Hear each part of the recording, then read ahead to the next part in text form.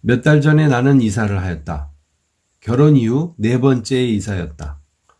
어느 부부건 자기 아버지가 어머니가 결혼하자마자 집 사주는 경우를 제외하고는 의례 결혼하고 나서 10번쯤 이사해서 시집 올 때 사온 자개장롱 망가지고 경대 부서지고 해야만 제 집을 마련하게 된다는데 나는 운 좋게도 네 번째의 탈바꿈에 나의 집을 마련하게 되었다. 자랑하는 것은 아니지만 이사간 집이 작은 단층집이라면 모르겠거니와 그것도 불과 몇 년 전 같으면 쳐다보고 퇴 내 죽을 때까지 저런 집에 살 수 있을까? 퇴 라는 막연한 저주 정도 능히 했을 나로서는 천만 뜻밖의 호화주택이다. 처음에 나는 내가 집을 지어 이사를 간다는 것이 늘 부끄러웠다. 글 쓰는 작가가 새 집 짓고 돈 벌어 이사 간다는 것이 이 세상에서 사기쳐 돈 번 것만큼이나 부끄러워 나는 주눅이 들어 있었다. 별들의 고향 책 팔아 산 땅에 영화 한 권 팔아서 나온 목돈으로 차디찬 언 땅에 소위 기공식이라고 말뚝을 박을 때 내 팔뚝엔 부끄러움과 감격스러운 기쁨이 동시에 넘쳐 흐르고 있었다. 그리고 나서 나는 한 번도 집 짓는 현장에 가보지 않았다. 일도 바빴거니와 나는 원래가 그런 일에 쫓아다니며 왈가왈부하는데 천성적인 게으름을 가지고 있기 때문에 어떻게든 되겠지, 집이 서겠지 하고는 완성될 때까지 한 번도 가보지 않았다가 거의 다 완성될 무렵 아내와 나는 영동에 나가보았다. 그때 우리는 너무나 놀라서 입이 열무김치 먹을 때처럼 벌어질 수밖에 없었다.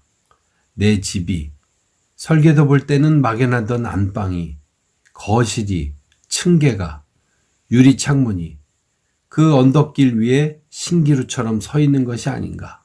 내 집이, 우하하하, 내 집이, 하하하, 내 집, 나의 집이.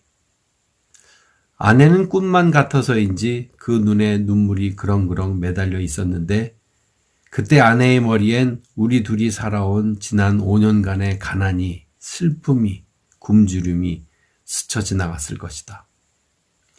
이사를 해치우고 나서 문패를 달았을 때까지도 우리는 어쩐지 남의 집에 들어와 새빵 사는 것만 같아 조심조심스럽고 물도 아껴 썼고 변소에도 참았다가 가는 소시민적 열등감 때문에 공연히 불편하기만 하고 집에 딸년까지도 아빠 집에 가, 집, 아파트 가 하며 거의 한 달 동안 매일 조르고 있었다.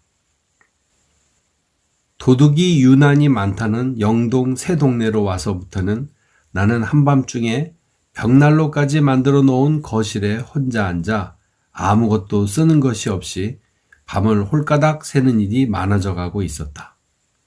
그것은 도둑과 싸우려는 불침번으로서의 가장으로서의 의무 때문은 아니고 무언가 두렵고 또한 솔직히 말한다면 외로움 때문이었다.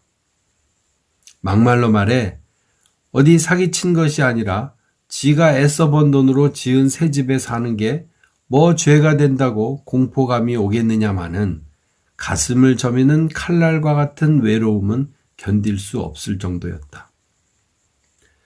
나는 원래 나 아닌 타인을 별로 신뢰하지 않아 엄살이라도 내가 외롭다거나 쓸쓸하다거나 하는 내 사정을 남에게 털어놓는 버릇이 없다. 밤마다 나는 24개의 창문을 닫아야 한다. 밖으로 열린 24개의 창문을 나 스스로 닫아 걸어야 하는 것이다. 현관문과 대문까지 셈을 한다면 나는 26개의 창문, 아직 차는 없지만 만들어 놓은 차고의 그 육중한 철문, 창문까지 셈을 한다면 나는 도합 30개의 창문을 닫아 걸어야 하는 것이다. 밤마다 나는 그 창문을 걸고 확인하면서 견딜 수 없이 외롭고 두려운 것이다. 처음에 새 집으로 이사 왔을 때 나는 대문 곁에 달린 인터폰의 구실을 잘 모르고 있었다.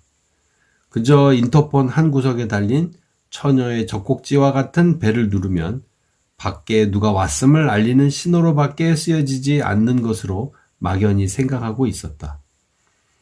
그런데 내가 그것을 누르자 갑자기 그 작은 기계에서 아내의 목소리가 유령처럼 흘러나왔다. 누구세요? 거짓말 보태는 것이 허락된다면 나는 그때 간신히 벽기둥을 붙잡고서야 쓰러지려는 몸의 균형을 겨우 잡았다. 나야! 철커덩 대문이 열렸다. 대문이 열려라 참깨라고 하지도 않았는데 대문이 누구의 마중 없이 제 스스로 열렸던 것이다. 그날 밤 나는 나의 침실 옆에 만든 목욕탕에서 목욕을 했다. 침실 벽에 붙은 자동 점화기를 올려 지하실에 거대한 보일러를 돌려 물을 끓였는데 내가 만든 그 목욕탕에 누워 나는 신경통 환자처럼 끙끙 앓으면서 목욕을 하였다. 목욕을 끝내고 나는 지하실에 내려가 오랫동안 굉장한 소리를 내며 타오르는 보일러의 불빛을 쳐다보았다. 스위치 하나로 점화된 보일러에서는 사나운 불길이 솟구치고 있었으며 그 불길이 끓여대는 더운 물은 내가 만든 나의 집을 어느 한 곳 막힘이 없이 돌고 돌아 온 집을, 온 방안을 따뜻하게 만들고 있었다. 나는 비싼 기름이 타오름에도 불구하고 아주 오랫동안 그 불길을 바라보았다. 그때 내 머리에 떠오른 것은 아주 막연한 공포감과 쓸쓸한 외로움이었다. 아, 내가 싸울 상대자는 편견이 아니다. 내가 싸울 상대자는 보기 싫은 자가, 엉터리 비평가가 아니다. 내가 싸울 상대자는 말만 많은 무리들이 아니며 내가 싸울 상대자는 권위에 불타는 사람들이 아니다.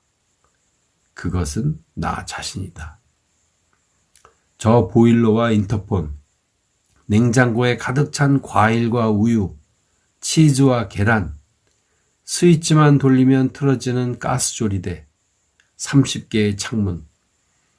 그런 곳에서도 나는 자칫 게을러지려는 자신에 대해 새꼬챙이와 같은 엄격함으로 무장을 해야 한다. 도망쳐서는 안 돼. 절대로. 이것이 너의 현실이다. 아침마다 나는 보르네오 가구에서 만든 탁자 위에서 식사를 한다. 우유를 마시고 달걀을 먹는다. 하나도 맛이 없어 하면서.